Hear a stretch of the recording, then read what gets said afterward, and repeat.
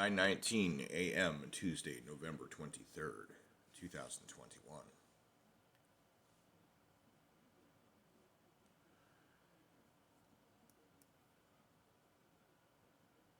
New traffic pattern on the highway today, according to the light up sign. I don't work today. I'm going to run to town here in about an hour and a half ish. Deposit some money, pay some bills, probably buy a couple car parts. Did really well this weekend. Nothing like ultra smashing. People were talking about during the lockdown and the stimulus money and the number of orders per night and the amount of tips that they were making. And I come to find out, and I mean, I'm not going to get like upset and stay mad about it or nothing, but I come to find out that they would have accepted me as is then. I didn't know that. I languished at that cab company thinking that there was basically nowhere else because everywhere else I'd tried had turned me down because I expected that. A part of it was I didn't want to cut my beard, and you can see me growing it back, but this is all actually right at the edge of what's acceptable on a food service standard, which I understand. So what I'm doing is growing it out just a little bit past that so I can trim it back and start keeping it, and the beard shape will be within this, but under an inch from my face, technically. On every surface, it'll be less than an inch of distance. So, my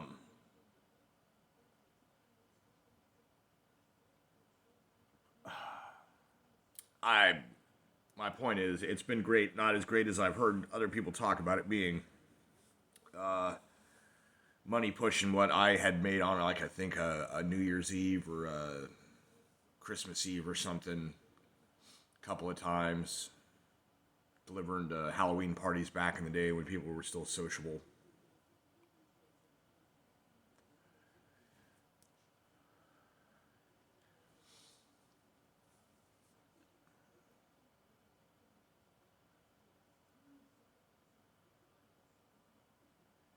So yeah,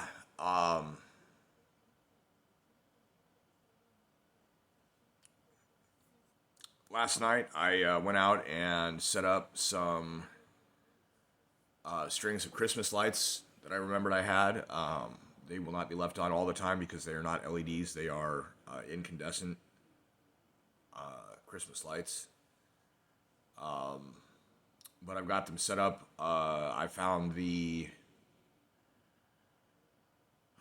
hangers for the flower pots. These were large green, 6+ foot tall,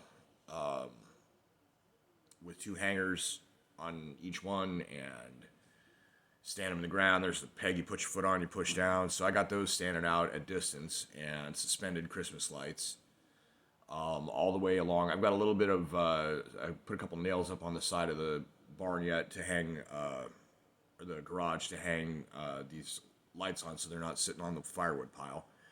But all the way from, I ran an extension cord from the plug-in in the garage out through the big sliding door to a place where I junction out two lights. And so the one goes around the front of the house, the other goes up to the garage and over the door, and then an additional light on the end of that one. String goes out and wraps around the windmill. So this way I've got illumination all the way along the walkway down for wintertime. With room to get underneath. These things are tall enough that I can, wheel a cart underneath of it, and all I have to do is kind of duck my head a little bit. So I can get to any of the yard work or anything until that time, but I wanted to have it out. Something I could do that wasn't it wasn't an exertion, but it was very cold out last night. My hands got cold.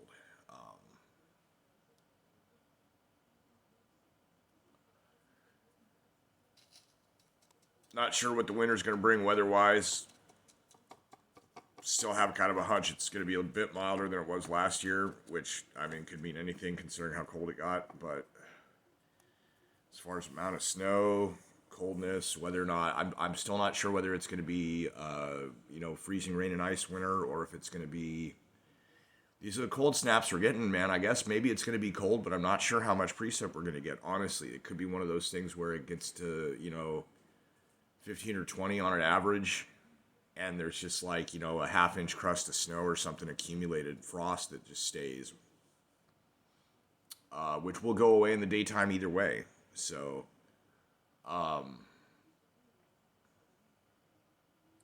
it's a bleak winter when that happens, unfortunately. I much prefer the snow. Christmas lights on snow is such a cool thing.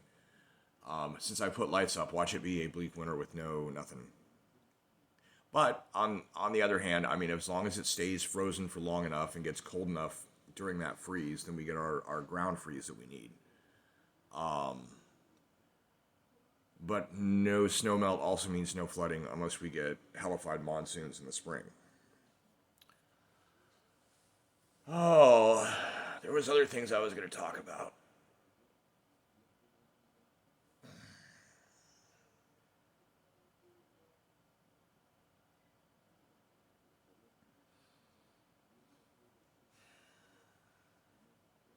I think that recent murder trial of the kid was important. I think the one that is ongoing with the two guys is also important. I've not paid as close attention to that one, but from what I can see, the defense is really stretching it on the law that they are citing. This is not something that was explained to me in a video by a panel or anything like that. This is something where the recap of the week's whatnots included a two-part law, a statement within legislation. This is the law, right?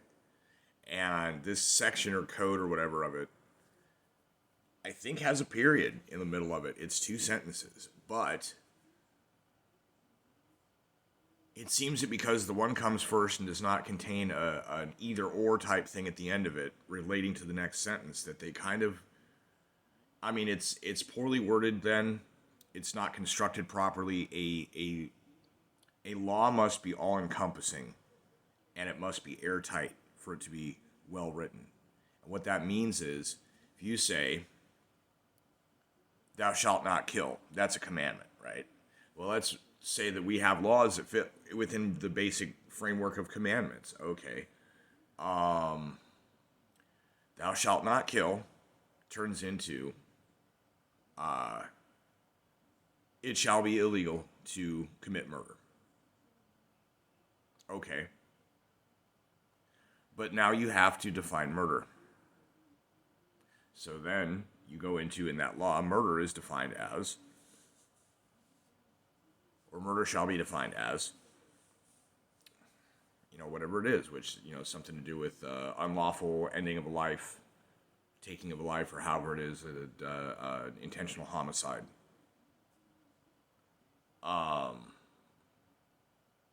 Or just some, the homicide, and then you define homicide as the taking of life by another person. Okay. And what is intentional? Intentional is with, malice and intent, and you can't use its own word in its definition, but laws are like this. Okay, and this is why legalese gets confusing, because in order for a thing to be legal, it's like, okay, the government has placed a rule that applies to all people. It must be understood. What does it mean? Well, you can't say wear pink on Tuesday or whatever. That's not enforceable. What is enforceable is, these kind of things. Okay, so what this law is basically saying it pertains to citizens' arrests, and that if you immediately witness a crime being committed, you have, in that state, I think it's Georgia that this is in, their state law says that they have the right to arrest someone. And arrest is a defined term, which includes like an up to and including use of appropriate force or whatever or something, but it may be vaguely worded for future judgments to be made. That's the other part of it. The thing that makes legalese difficult is that it's not like text in a novel. It's not like a scriptural line passage that's effectively been there forever. This is what it says. It's not going to say something else.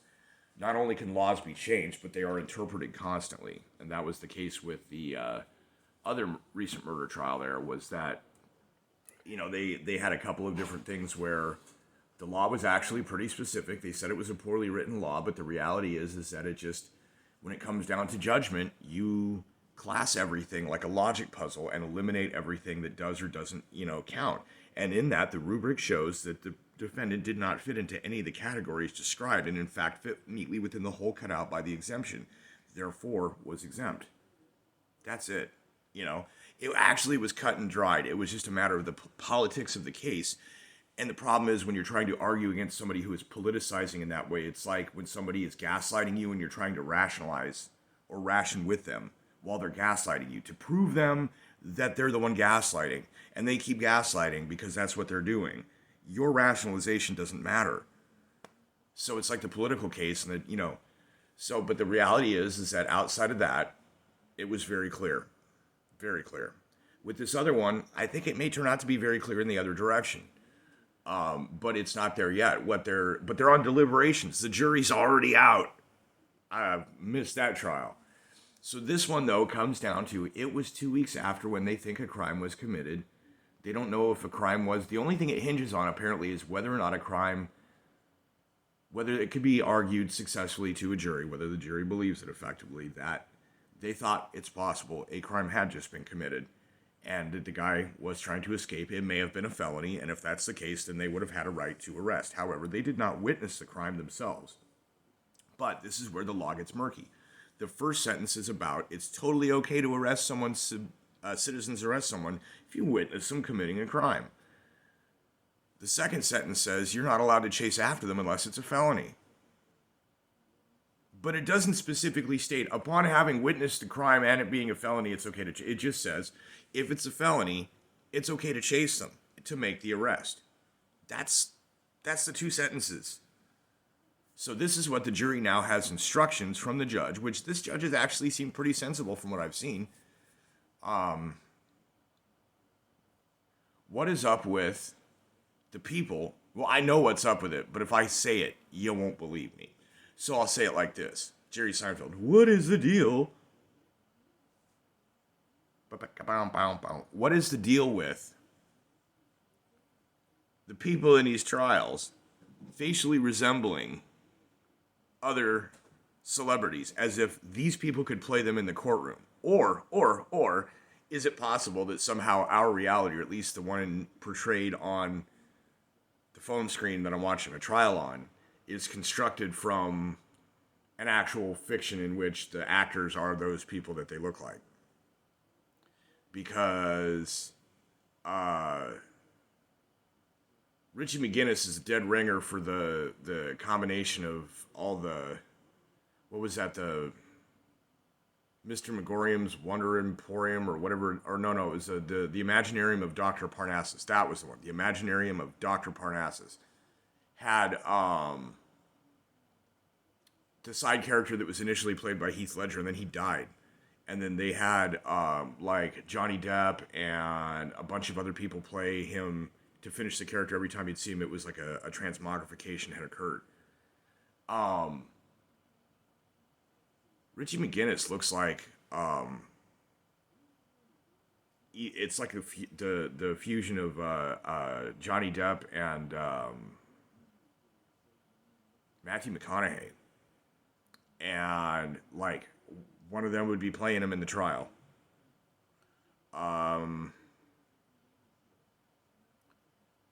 The defense attorney Richards looks like Tommy Lee Jones would be playing him. Look it up. You'll know what I'm talking about. You'd be like, oh God. A couple different people could play the co-counsel, Sheriff Feasey, anybody. Gary Oldman, obviously with his flat top mustache and glasses, that's Binger, and then a old lunchbox. Everybody said Philip Seymour Hoffman if he was still alive. And then the judge would either be Jeffrey Tambor and the guy that played the Sicilian inconceivable guy from Princess Bride and many things. And Ricardo was the one that pointed that out. The judge in the case of the murder of Ahmaud Arbery looks like the T1000 guy with high blood pressure, alcohol problem, and too much bacon. Look it up.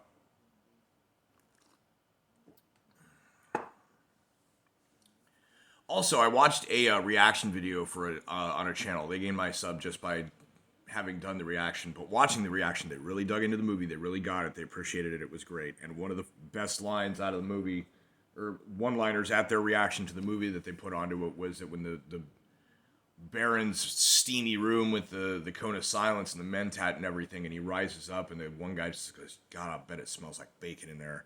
And it's like, yeah, actually, it probably would. It probably would. If you know about Harkonnens, you know that they're into their pleasures and hedonism, and part of that is the deliciousness of bacon and probably masturbating bacon grease if you're Vladimir Harkonnen. So, anyways, what else have we got? Got time on the video. What else have we got? So neck's still acting up. Couple of things that I can do to work with that. I've got some front end work on my truck that needs done.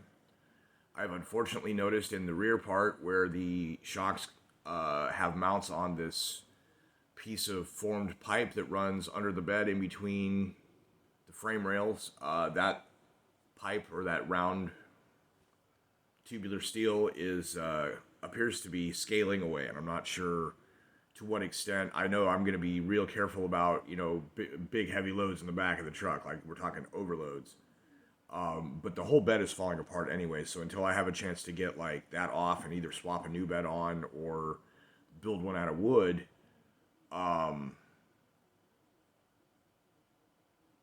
yeah, I've got to figure out what's up with that tubular steel as well to make sure that my where my shocks mount is not going to fall off. And what the cost would be of getting something like that fixed or reinforced or whatever. Maybe there's an easy solution. Well, I haven't talked to anybody about it yet. I got to do that. Thankfully, though, there's a metal fabrication company with 2 locations in town that seem to be experts on this kind of stuff. I can be like, hey, what do you think? And we could figure something out, and it would probably be cost effective. So they did that on drive shafts. I've got the rear drive shafts on both my trucks, even the one that doesn't run, were done and repaired by them. And the one on my Chevy that I drive actually was like fabbed by them. So, anyways, I've got some front end work to do to get done. I'm not going to do it myself. With the winter coming and everything else, I think I'm just going to bite the bullet and do it. The problem is I've got to have the money for that.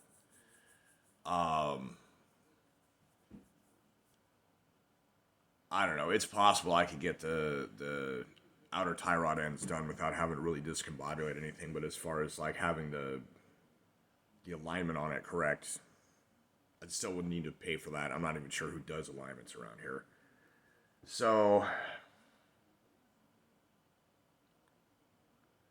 because if to get it done properly, they would notice that the ball joints probably also need done, and they probably do also need done. And so between parts and everything else, you're looking at, I think, about $300 per side to have it done. So, got to come up with that. That will stop the truck from shaking so much, which will stop so much of this going on, which is also not good for my neck. I've also got to, actually, I'm thinking about it now, I got to probably go out and take a look at that here in a few minutes or whatever when I'm done with this, and make sure the bolts are tightened down on the driver's seat, because I think there's a place where the rack is coming up or something, so I've got to make sure that can be tightened. So anyways, there's things like that. It's an old rumbly truck anyway, but the older it gets, the more of that it's going to do. So some things I can work on, some things I can't. It would be nice if I could just afford to get like the cab corners and the rocker bars done. And, maintain the structural integrity of the cab. But, that's, business has got to be better. People have got to tip a lot better. Although I must say, on the whole, on the average, tips are up. And not just in a Christmas season sense, in the Halloween through, and actually the week before even. Just people spending money on candy and costumes and stuff, and there's a little dip there. But after that, especially after Halloween, they've gone up a little bit. Just enough to say that on the whole, far more tip than don't. And the ones that do are on average now far more into the acceptable range, if not excessive. So, and then as the season moves on, generosity improves, and at least through the new year, before things start to kind of normalize again, and then you have to deal with them winter doldrums at the same time as tips normalize to what they were, and you're like, oh, the gravy train.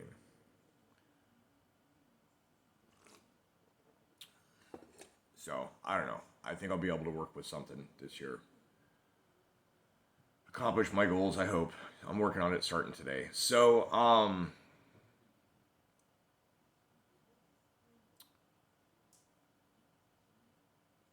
the other part of the thing with the whiplash acting up, besides the fact that there was an eclipse and that X and Y have issues, and that the Z was then being pulled on, which is not good.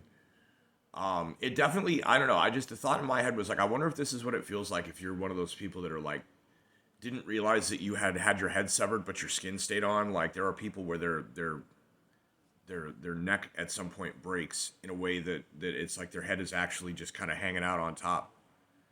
There are some times that it really hurts and it's hard to lift my head, and I have to do this to pick my head up. Like it feels like the muscles can't pull. So something I feel like I should get looked at some point. Wouldn't that be some crazy shit that in the last 2.5, 3 years I've spent decapitated and not realized it? What a fucking thing to wonder. And maybe it's not true. I hope it's not. But what a thing to wonder. What a life, what a world.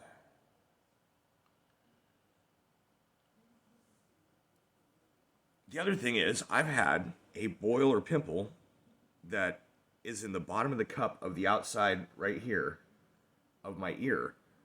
That is what was being pulled on when I would move my head and pull my neck. It felt like something was pulling through here. There was a pimple and it was stretching the head. I've managed to break the top of it and had a little bit of a antibiotic on it to help it heal faster. And it definitely changed everything. And then when that crusted over and it needed like popped again or whatever, it was like pulling on my ears. So that was half of the distraction I had the other night, was that there was so much going on here. I was like, what in the fuck?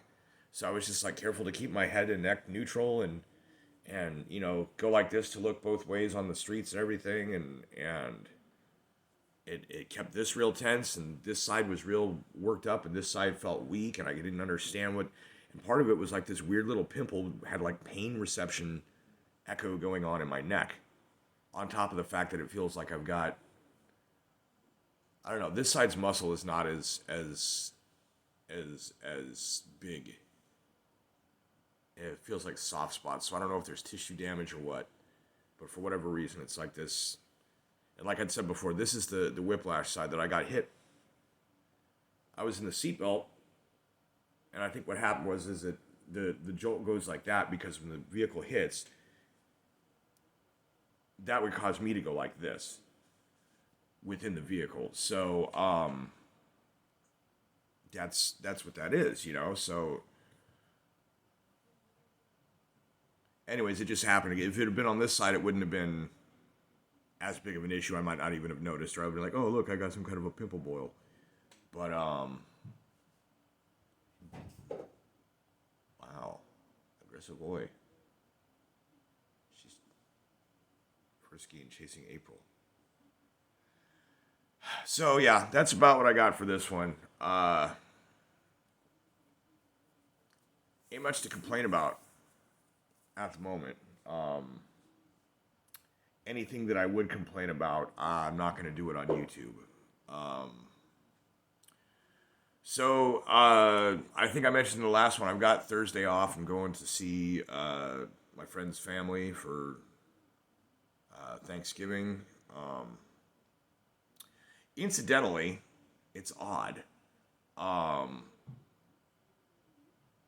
It is possible that my sister might be in the same town because she had mentioned hanging out in the same town with her boyfriend. So that means when I'm in that town on Thursday, I can actually probably text her. We might be able to meet up and say hey. So, but About the best I could hope for on Thanksgiving. I have no idea still about Christmas. We'll see what, what things bring.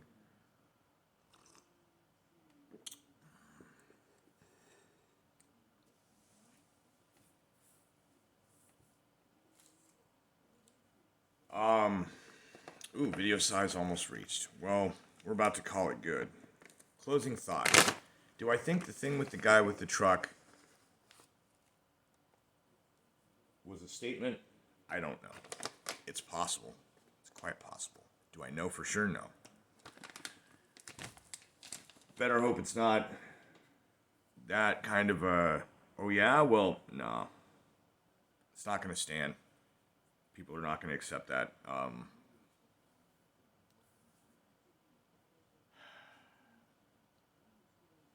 Apparently 2020 was the year of deception, and 2021 is the year of fucking around and find out. I don't know. That was fuck around, this is find out. Maybe that's what it is. I don't know. I don't know. Have a good Tuesday.